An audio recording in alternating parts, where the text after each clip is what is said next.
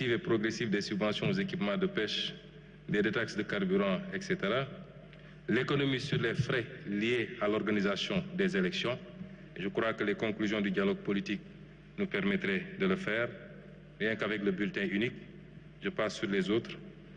Le plafonnement de la masse salariale dans le secteur parapublic, puisque la loi organique portant sur les lois de finances a prévu le plafonnement, l'inscription chaque année dans la loi de finances, le plafonnement des salaires dans le secteur parapublic et au niveau des institutions et du secteur public.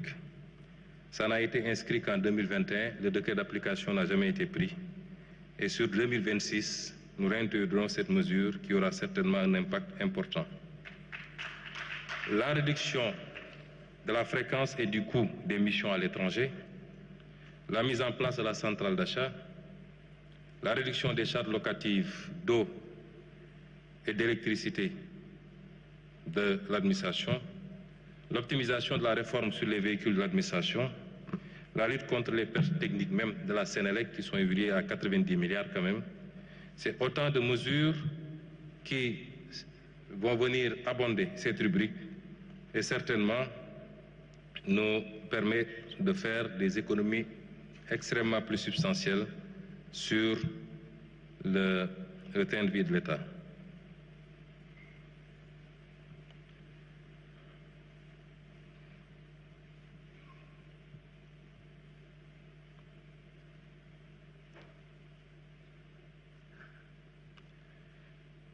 Donc après ce volet,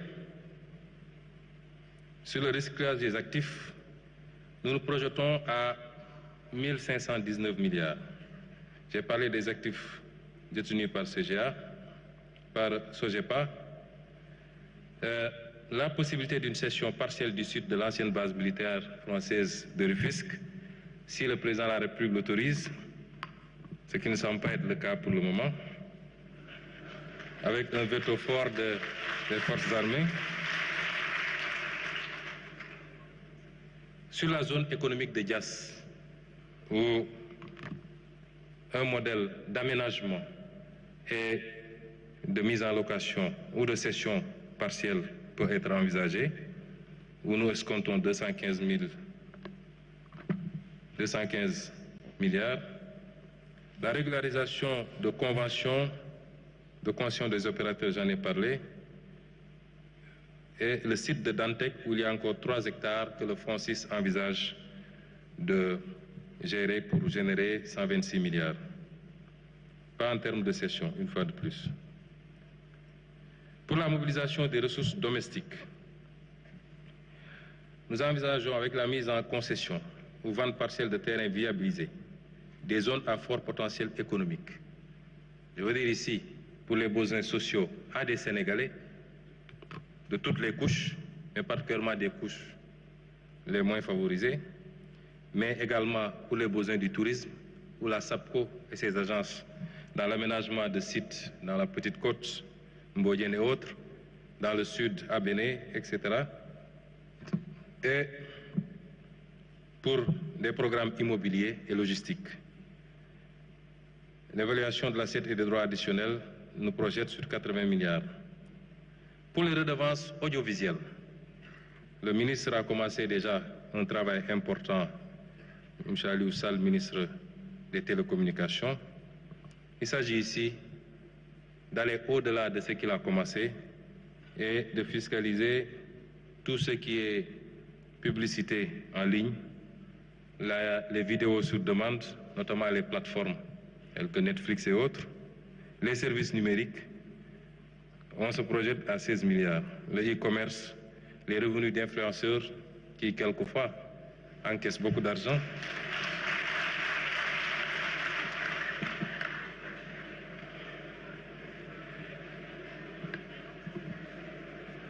La taxation du mobile money.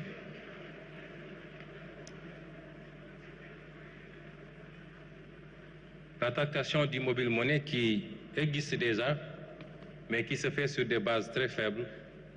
Nous avons beaucoup travaillé ces derniers jours avec la Direction générale des impôts, le ministère des Finances, le ministère des Télécommunications, pour aboutir à des bases beaucoup plus saines sans pour autant que ça constitue un surenchérissement perceptible du coût des transferts, et l'État compte engranger 130 milliards sur les 3 ans.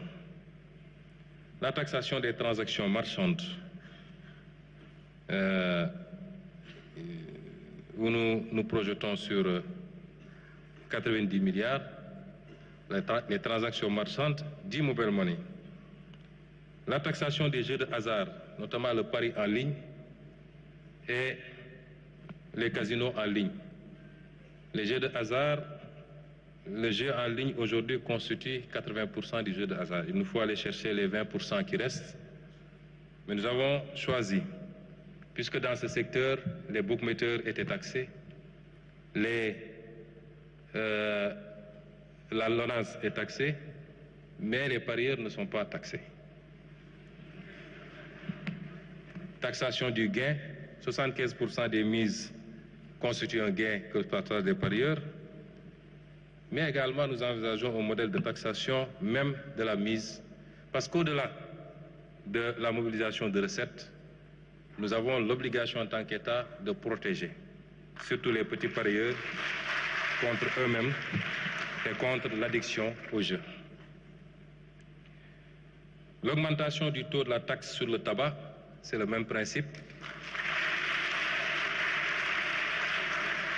que nous envisageons d'amener au plafond UEMOA qui est de 100%. Aujourd'hui, nous taxons à 70%. Et je crois que la fumée peut rapporter 100 milliards.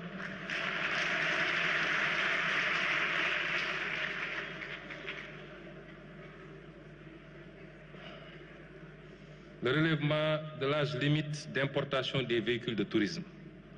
C'est une forte demande de la diaspora. Ils seront satisfaits aussi bien pour les véhicules utilitaires, 8 à 10 ans, les véhicules supérieurs à 3 tonnes 500, 10 à 15 ans, et la généralisation des droits d'accès sur les véhicules de transport et de marchandises. Ces 3 mesures doivent pouvoir rapporter un peu plus de 100 milliards.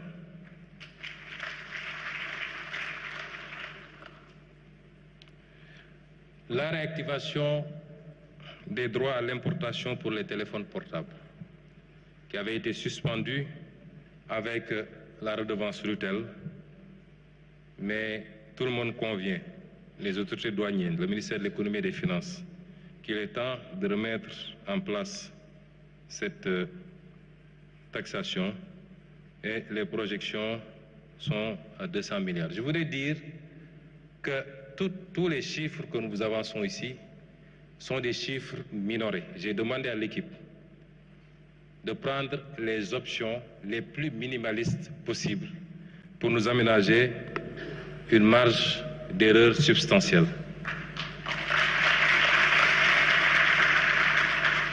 La mise en place d'un programme de marquage fiscal qui permet de lutter évidemment contre la fraude sur les quantités, mais également de garantir un peu la qualité de la consommation. Donc des préoccupations de santé, où nous projetons 87 milliards.